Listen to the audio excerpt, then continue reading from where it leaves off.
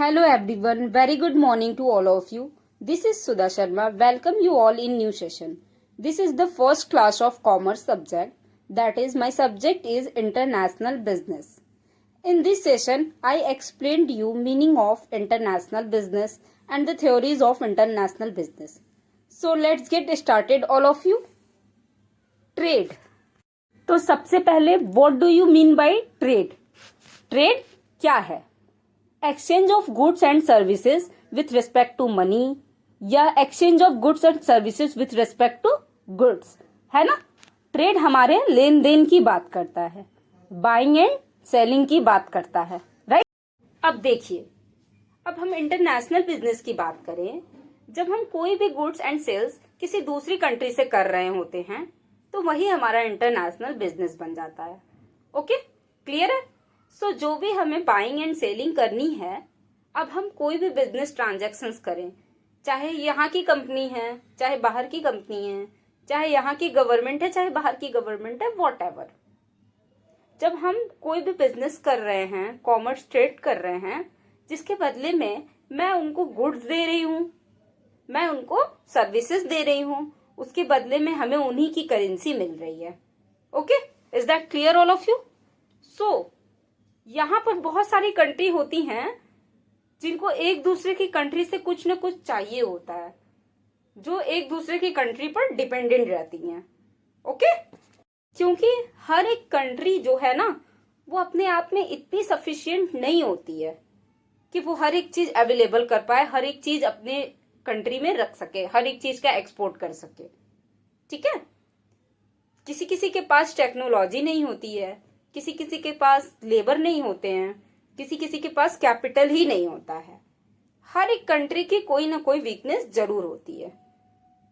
तो अगर इसी वीकनेस को हम खत्म करने के लिए कुछ थ्योरी पढ़ते हैं, ठीक है।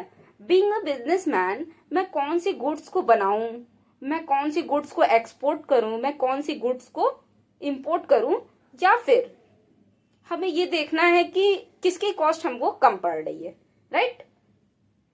सो बहुत सारे डिसीजन लेने होते हैं, तो मैं कौन सी थ्योरी को फॉलो करूंगी जिससे मैं ये सब डिसीजन ले सकूं, तो मुझे कुछ थ्योरीज भी पढ़ने होंगे, इसलिए हम इसकी थ्योरीज के बारे में पता होना जरूरी होता है हमें।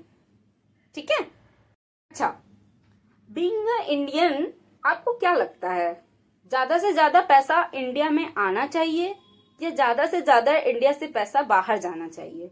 What do you think?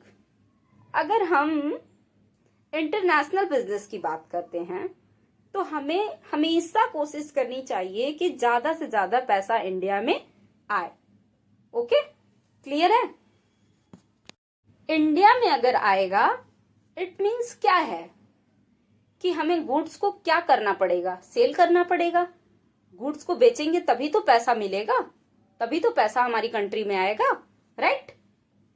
जब हम गुड्स को सेल करते हैं, दैट मीन्स जो पैसा आ रहा है उसको हम बोलते हैं सिंपल टर्म में एक्सपोर्ट, राइट।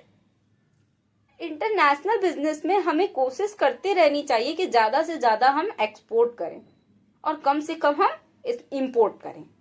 ओके, तो ये जो पहले के टाइम में इंटरनेशनल बिजनेस है वो सक्सेसफुल नहीं हो पा रहा था, बहुत सारे ड्रॉबैक्स आ रहे थे, बहुत सारी परेशानियां आ रही थी। तब डिफरेंट डिफरेंट ऑथर ने डिफरेंट डिफरेंट थ्योरीज बनाई थी। ओके, तो एक एक करके हम सारी थ्योरीज के बारे में पढ़ लेंगे। जैसे क्लासिकल थ्योरी भी है और मॉडर्न थ्योरी भी है, दो पार्ट्स में उसको डिवाइड किया गया है, तो उन सारी थ्योरीज को हम एक एक करके पढ़ेंगे। Next, so now I am talking about theories of international trade. इसका मैच एंड कॉलम बहुत इंपॉर्टेंट होता है कि कौन से ऑथर ने कौन सी थ्योरी दी है, और इसके एजम्पशंस भी इंपॉर्टेंट होते हैं। So let's get started. तो सबसे पहले थ्योरी बनाई गई थी 16 to 19 के प्रेन्योर को ध्यान में रखते हुए, एक मर्केंटिलिज्म थ्योरी बनाई गई थी। ठीक है, ये थ्योरी क्या कहता है कि गुड्स को सेल करो, बदले में हमारा क्या मिलेगा, गोल्ड और सिल्वर। ठीक है, गुड्स को सेल करो, बदले में हमें क्या मिलेगा, गोल्ड एंड सिल्वर। याद है पुराने टाइम में लोग ज्यादा से ज्यादा गोल्ड और सिल्वर को अचीव करते थे, उनको मनी नहीं चाहिए होती थी, है कि नहीं?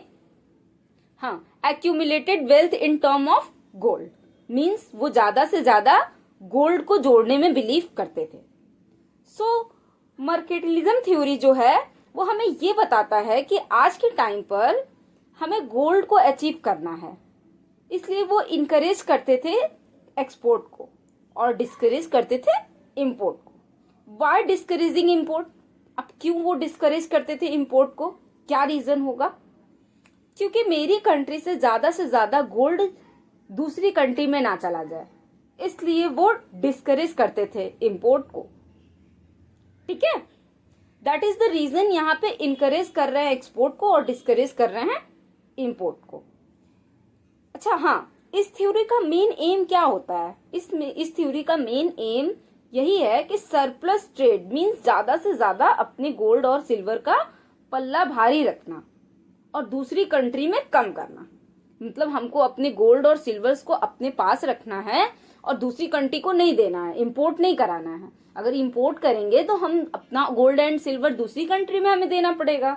तो इन लोगों का मेन एम यही होता था कि ज्यादा से ज्यादा गोल्ड और सिल्वर्स को अपने पास रखना मीन्स हमें एक्सपोर्ट करना, ना कि इंपोर्ट करना। Okay, export is greater than import. Let's see the example and read it, then after I go to the next theories. Okay, now next हम इंपॉर्टेंट थ्योरी पर आते हैं, absolute advantage theory. This theory is given by Adam Smith. Okay, Adam Smith की एक book आई थी, an inquiry into the nature and cause of the wealth of nation in 1776। उसी के बेस पर इन्होंने इस थ्योरी का जिक्र किया है, एब्सोल्यूट एडवांटेज थ्योरी का। ओके, यहाँ पर एब्सोल्यूट मतलब ना कॉस्ट के ऊपर फोकस किया गया है। कहते हैं कि दो चीजें होती हैं। ओके, अगर मैं एक चीज को खुद मैन्युफैक्चर कर रही हूं तो उस चीज का मैन्युफैक्चरिंग कॉस्ट जो है मुझे 40 रुपीज पड़ रहा है। ओके, और अगर मैं दूसरी चीज जो बाहर से बाय कर रही हूं और उसका कॉस्ट मुझे 25 रुपीज पड़ रहा है, तो आप मुझे बताइए, being a good entrepreneur, being a good businessman, तो आप वो चीज बाय करेंगे या खुद से बनाना पसंद करेंगे? We will prefer about buy. Okay, why we will prefer about bye?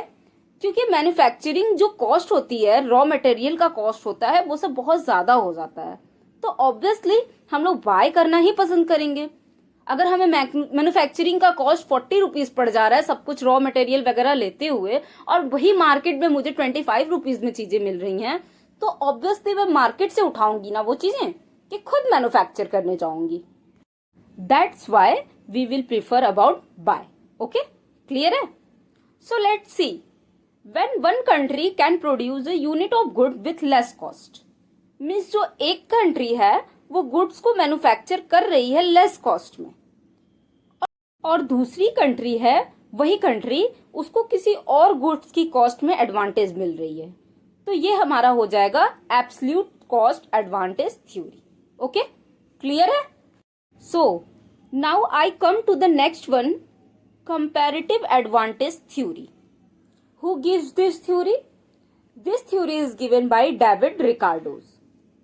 Their book, The Principle of Political Economy and Taxation in 1870. So, यहाँ पर जब हम बात करते हैं तो comparative advantage क्या कहता है कि 2 into 2 means दो ही commodities और दो ही कंट्री के बारे में बात करते हैं। ठीक है, ये क्या है? Nation can still gain without absolute. ये उनका कहना है कि ये एब्सोल्यूट के अपोजिट बात कर रहा है, अपोजिट बता रहा है कि अगर आपको कॉस्ट ज्यादा पड़ रही है तब भी आप गेन कर रहे हो। एब्सोल्यूट ने बोला था कि कॉस्ट अगर ज्यादा पड़ रही है तो आप लॉस में हो, और ये क्या कहता है कि अगर आपको कॉस्ट ज्यादा भी पड़ रही है तो फिर भी आप गेन में हो। ओके, तो बात आती है कि कैसे। यहां पर अपॉर्चुनिटी कॉस्ट को लिया गया है। When we are talk about opportunity cost, किसी एक को सेक्रीफाइस करके दूसरे को पा लेना, यही होता है मेरा opportunity cost is basically the next best alternative. Means एक को सेक्रीफाइस करके मैं दूसरों को चूज करूं, दूसरे अल्टरनेटिव को चूज करूं जो कि मेरे लिए बेस्ट है। For example, I have 100 rupees in my hand. अगर मेरे पास 100 रुपए हैं और मेरे पास दो ऑप्शंस हैं, या तो मैं उसे मूवी देखने के लिए यूज करूं या तो फिर मैं उसे बर्गर खाने के लिए यूज करूं। तो मुझे ऐसा लग रहा है कि मैं उसे बर्गर खाने के लिए यूज करूंगी। तो दिस इज माई बेस्ट, मतलब मुझे ऐसा लग रहा है कि मैं बर्गर यूज कर लूंगी तो ज्यादा अच्छा है मूवी देखने से। तो ये मेरा क्या हो गया, अपॉर्चुनिटी कॉस्ट हो गया। मीन्स मुझे किसी एक को सेक्रीफाइस करना पड़ेगा, या तो मैं मूवी देखूं और या तो मैं बर्गर खा लूं। Okay, so this is all comparative advantage theory. Thank you everyone.